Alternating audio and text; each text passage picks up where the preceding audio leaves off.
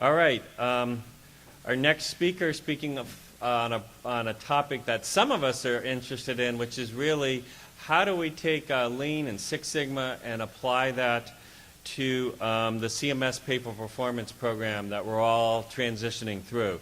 So our speaker is Erin Zeringue. She is the Vice President of Quality and Performance Improvement at Baton Rouge General Medical Center, about 60 miles north of here. And she leads the development and implementation of strategic goals in quality, patient safety, infection control, regulatory, and emergency management. And she also leads the Lean Six Sigma Project Management Office.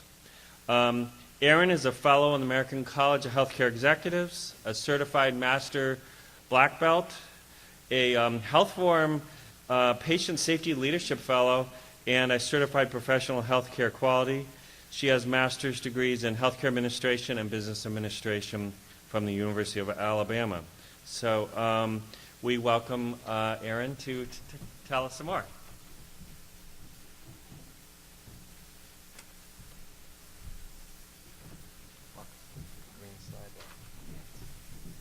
Thank you for that nice introduction. When I'm asked to do speaking engagements, I usually have two requests. One is I don't want to be the first speaker after lunch because people are digesting and napping. In Louisiana, I don't want to be the last speaker before cocktail hour.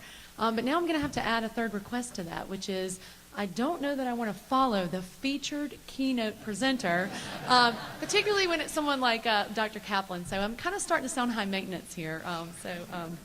Anyway, Dr. Kaplan, thank you for that. It really is quite fitting that I share with you our organization's story to follow Virginia Masons because, as you'll see a couple of slides into our journey, they, like many of you, were a key kind of moving force for us as we were deciding whether or not to enter this journey.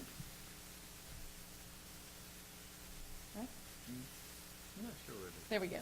So who are we all about? You know, as I began to share with you, we were asked to talk about the application of Lean Six Sigma to value-based purchasing, to healthcare-acquired conditions, process, really clinically driven initiatives. And so as we go through, I'm a big fan in R&D. That's rob and duplicate. So if you find anything that you like in this presentation, feel free to use it. But sometimes it helps to know a little bit about the organization so that you can understand why we may have done things particular ways. So just very briefly, we are a community-owned, not-for-profit, as you said, just up the bayou here in Louisiana. We have one hospital, but two campuses, which people often scratch their heads and say, well, isn't that two hospitals? Kind of. We have one Medicare provider number, but we are split geographically across our community, and that's really to serve the community needs. We have a one hospital, our Mid-City campus, our older facility that is maintained in the kind of inner city area. We have a new, smaller campus out in the suburban area that serves a bit of a different population.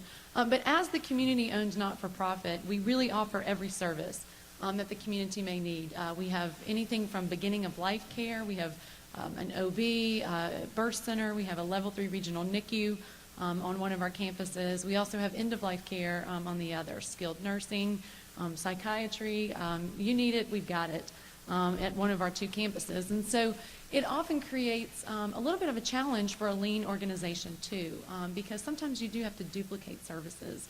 And when we do decide to do that strategically, how do we ensure that what we're providing is standardized among the two? We do have a single administrative team, which helps our VP, our C-suite go from campus to campus. We have local management. But one of the challenges, and really a reason why we sort of pondered a lot before we entered this journey, was our open medical staff model. I heard yesterday, different people say, well, in Texas or California, we can't employ physicians. Well, this is Louisiana. You can kind of do whatever you want, But just because you can doesn't mean we do. Although if any of you went to Bourbon Street last night, you probably saw that was contradicted. But we have pockets of employed or rather contracted physician services. Our anesthesia services, ER, intensivist, hospitalist. But for the most part, we have about 700 physicians that are just open. They go from our competitor hospital to ours. And that creates a challenge too. When you have two campuses, some of our physicians practice on one campus, some practice only on the other, and some practice on both. So there are some kind of unique ways that we've approached lean in a clinical fashion to kind of mitigate some of these things. And just to note that being a community hospital and your mission being to provide community health by providing exceptional health care does not come cheap. And I know all of you who work in hospitals, we experience this. Mission is critical, but margins are thin. And just in the last year alone, we provided over $25 million in care for our underinsured and our uninsured. So lean is really a business strategy for us as well. So just as you can see here, a little bit of our history of how we got started.